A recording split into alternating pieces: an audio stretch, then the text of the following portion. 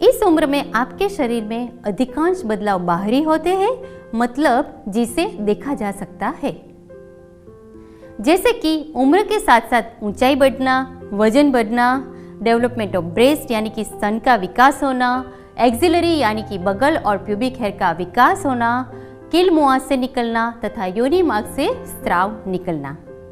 इसके साथ साथ आंतरिक बदलाव भी होते हैं जो बाहर दिखते नहीं है, लेकिन शरीर में इसके असर का अनुभव किया जा सकता है, जैसे कि अंडाशय का कार्यरत होना, अंडबीज निकलना तथा मासिक की शुरुआत होना।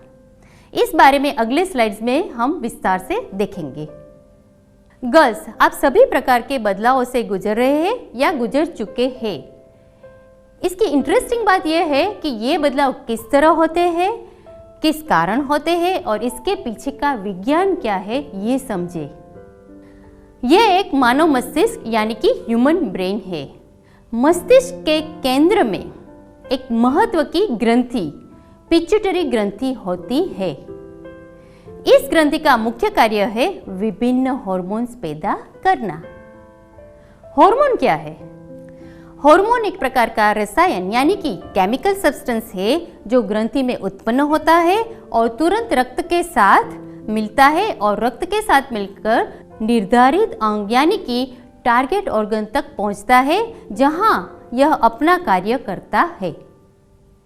पिट्यूटरी ग्रंथि में कुछ महत्व के हार्मोन्स जैसे growth hormone, thyroid stimulating hormone, parathyroid hormone और एसीटीएच जन्म से ही पैदा होते हैं। एफएसएच यानी कि फॉलिकुलर स्टिमुलेटिंग हार्मोन तथा एलएच यानी कि ल्यूटिनाइजिंग हार्मोन 8 या 9 वर्ष की उम्र में स्राव होना शुरू होता है।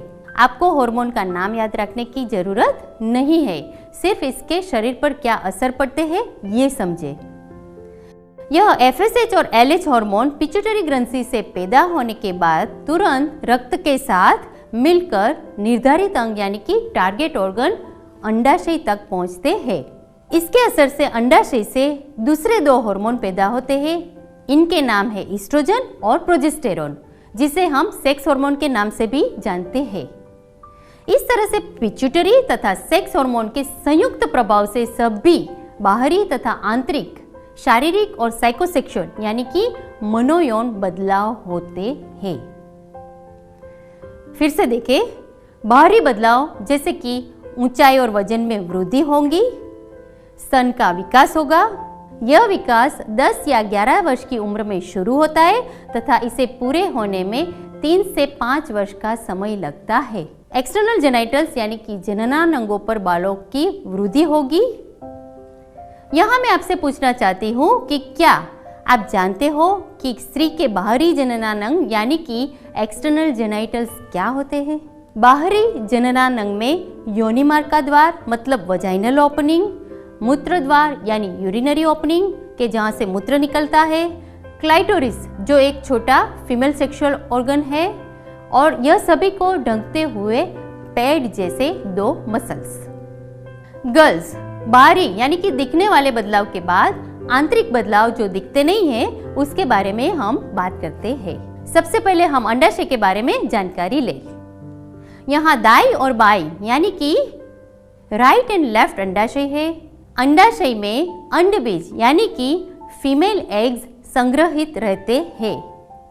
जन्म के समय लगभग 10 लाख अंडबीज अंडाशय में स्टोर होते हैं। ये सभी प्राथमिक और अपरिपूर्ण रूप में होते हैं। किशोरावस्था में पहुंचने पर यह संख्या घटकर 4 लाख जितनी होती है। इससे पहले हमने देखा कि 8 या 9 वर्ष की उम्र में अंडाशय में ईस्ट्रोजन तथा प्रोजेस्टेरोन नाम के हार्मोन बनना आरंभ होता है और वो तुरंत रक्त से मिल जाता है। इसके बाद धीरे धीरे रक्त में उनका लेवल बढ़ता है। लगभग 12 वर्ष की उम्र के आसपास यह हार्मोन क्रिटिकल लेवल यानी कि इफेक्टिव लेवल यानी कि प्रभावी स्तर पर पहुंचते हैं। तब अंडाशय में से एक स्त्री बीज का चयन यानी कि सिलेक्ट होता है। ये सिलेक्ट हुआ स्त्री बीज धीरे धीरे बढ़ता है और परिपक्व होता है। 14वें दिन ये अंडाशय से निकलता है। इस प्रक्रिया को ओव्यूलेशन कहते हैं। आप इस वीडियो में देख सकते हैं कि यह निकला हुआ स्त्री बीज तुरंत फैलोपियन ट्यूब में प्रवेश करता है। फैलोपियन ट्यूब में यदि पुरुष बीज यानी कि स्पर्म उपलब्ध है तब स्त्री बीज सिर्फ एक पुरुष बीज द्वारा फर्टिलाइज हो जाता है, लेकिन यदि पुरुष बीज नहीं हो तब स्त्री बीज फैलोपियन ट्यूब में आगे बढ़ता है और गर्भाशय में दाखिल हो जाता है। स्त्री बीज सिलेक्ट होने के समय से जब ये गर्भाशय में प्रवेश करता है, ये समय तक हार्मोन के प्रभाव से गर्भाशय की आंतरिक दीवार मतलब इनर वॉल में थोड़ा बदलाव आता है। ये गर्भाशय की आंतरिक दीवार है जिसे एंडोमेट्रियम कहा जाता है। इस दौरान एंडोमेट्रियम की थिकनेस बढ़ती है। इसमें साथ साथ इसके नीचे जो रक्त नलिकाओं और ग्रंथि है उसकी साइज में भी वृद्धि होती है। गर्भाशय के अंदर की थिक दीवार यानी कि लाइनिंग को टिकाए रखने के लिए हार्मोन का स्तर काफी ज्यादा चाहिए। अब 28वें दिन के आसपास यह स्तर गिरना आरंभ हो जाता है। इससे गर्भाशय की आंतरिक दीवार टूटने लगती है और इससे रक्त निकलना आरंभ हो जाता है। यह रक्त धीरे धीरे गर्भाशय से और बाद में योनि मार्ग से बाहर निकलता है।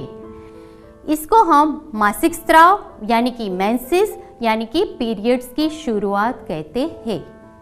अब तक आपने शरीर तथा किशोरावस्था के दौरान होने वाले बदलाव के बारे में जाना।